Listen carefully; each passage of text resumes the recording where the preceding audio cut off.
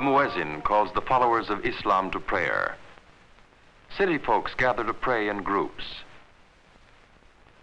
Wandering tribesmen spread their prayer rugs on the barren desert. Farmers and villagers pause in their day's work.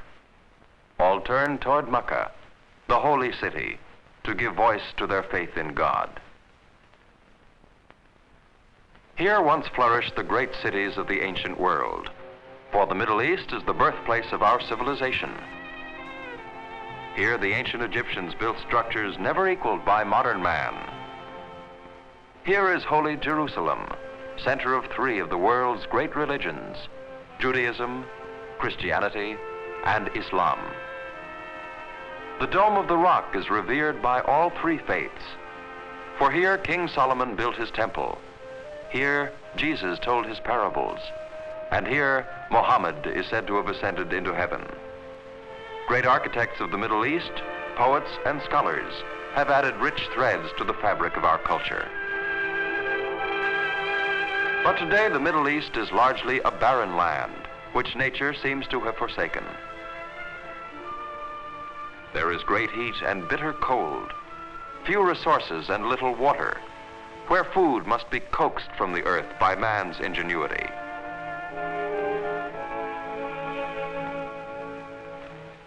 The Middle East, or the Near East as it is also called, is centered on the Arabian Peninsula, which contains the large desert country of Saudi Arabia, fringed by several tribal territories.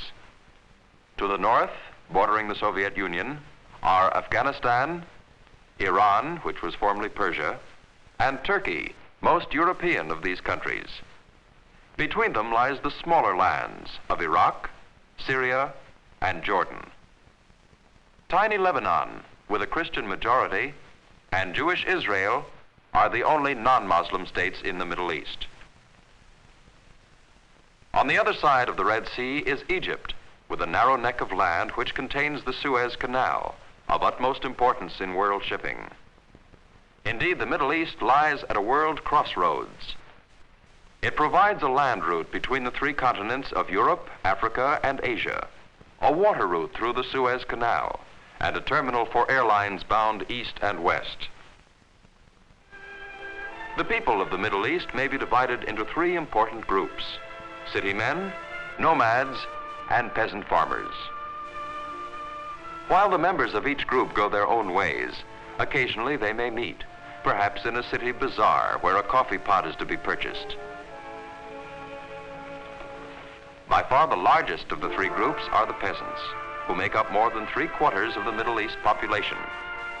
Most are too poor to come inside a shop like this, but Mustafa is fairly well off. Mustafa lives in a nearby village.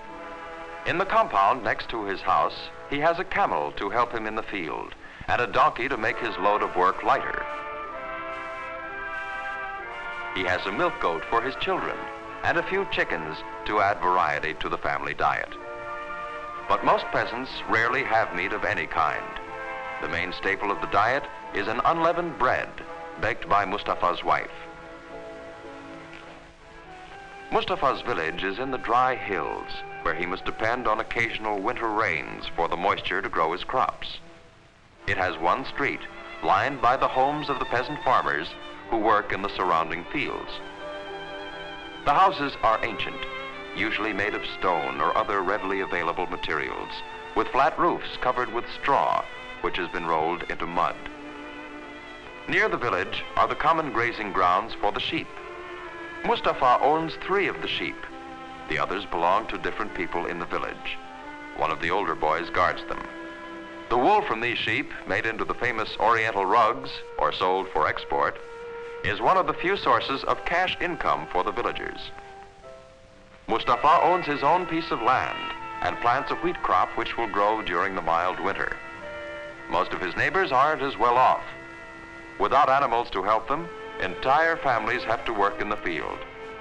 Like the vast majority of peasants in the Middle East, they don't own the fields in which they work, but must share a large part of their crops with the owner, the local sheikh.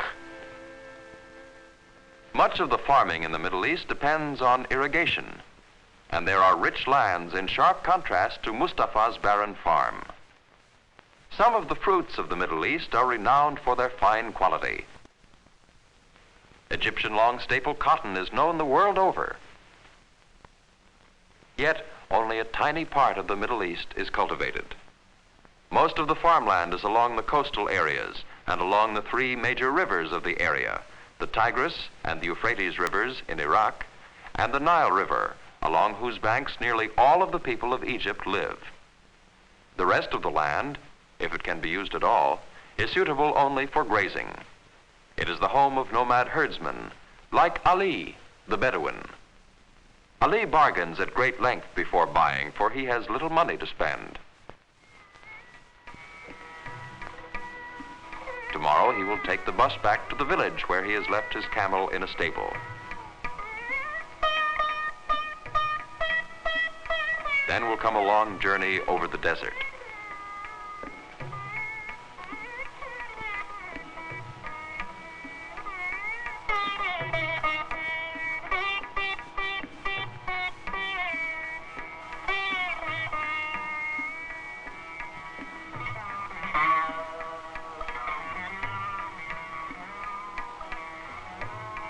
Perhaps Ali's son will be waiting to greet him and to tell him what has happened during the few days he has been away. Ali will want to hear about his herds, for his very home is made from hides and cloth woven from wool.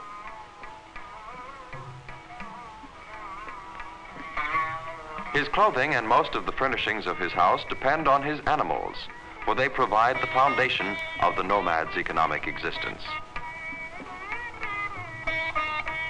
Animals not only provide the nomad with clothing, cloth, milk, and occasionally meat, but also give him a few products to sell for barter or for cash.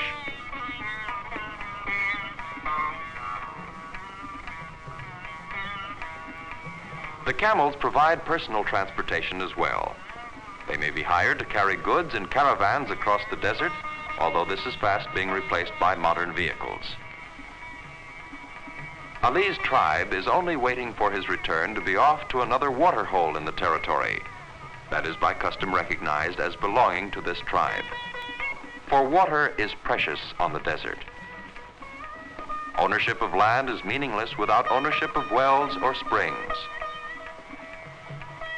The Bedouin is constantly driven from place to place by the need to find grazing for his herds.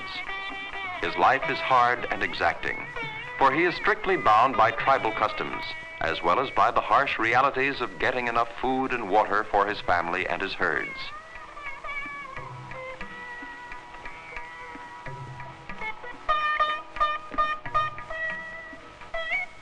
Occasionally, Ali gets money as a guide for caravans or tourists, for he is an expert tracker and can read the face of the desert as easily as we can read a road map.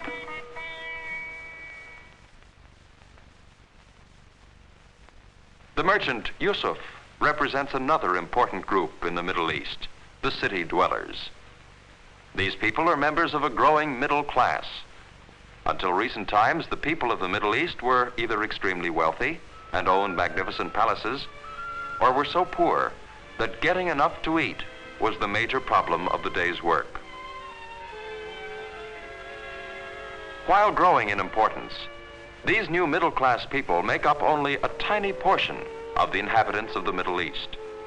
Many are influenced by European ideas and have partially adopted European clothing, housing, furnishings, and other Western ways. Education has been more readily available to them, and they have become conscious of the importance of the Middle East in the world and are aware that attention must be given to world affairs. Many people in the Middle East have developed an ardent nationalistic spirit and have become extremely interested in politics. Their children go to school, learn to read and write. They have their local newspapers, listen to the radio, and the cities have telephone service.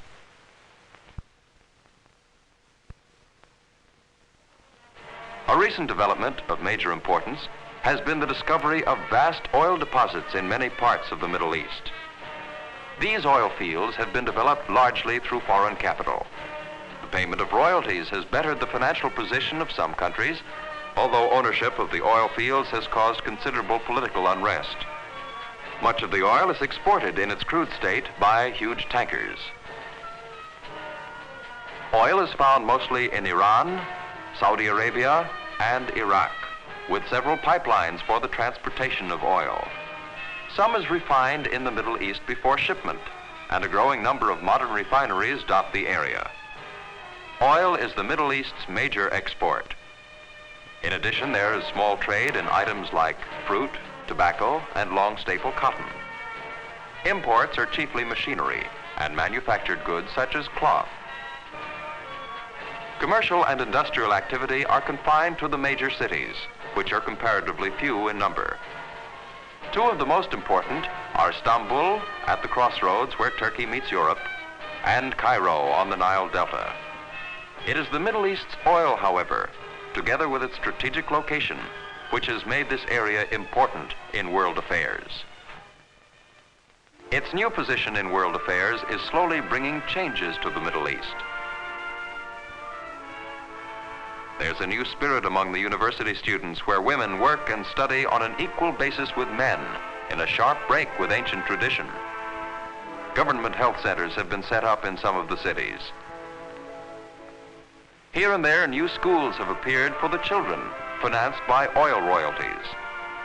The use of farm machinery, meager as it is a symbol of the changing times. Old irrigation projects, thousands of years the same, are being supplemented by new and more efficient ones.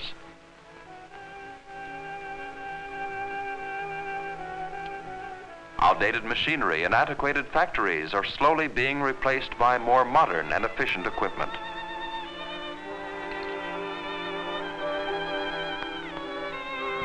Modern communication is quickening the spread of new ideas. Old means of transportation are giving way to newer and better ones. The caravan is dying out in favor of the bus, the truck, and the airplane. Some of the world's most modern airports are located in the Middle East. But while its face is changing, at heart the Middle East remains the same. For this is a land of strong tradition, where the bustle of the modern world is mingled with the age-old chant of the muezzin.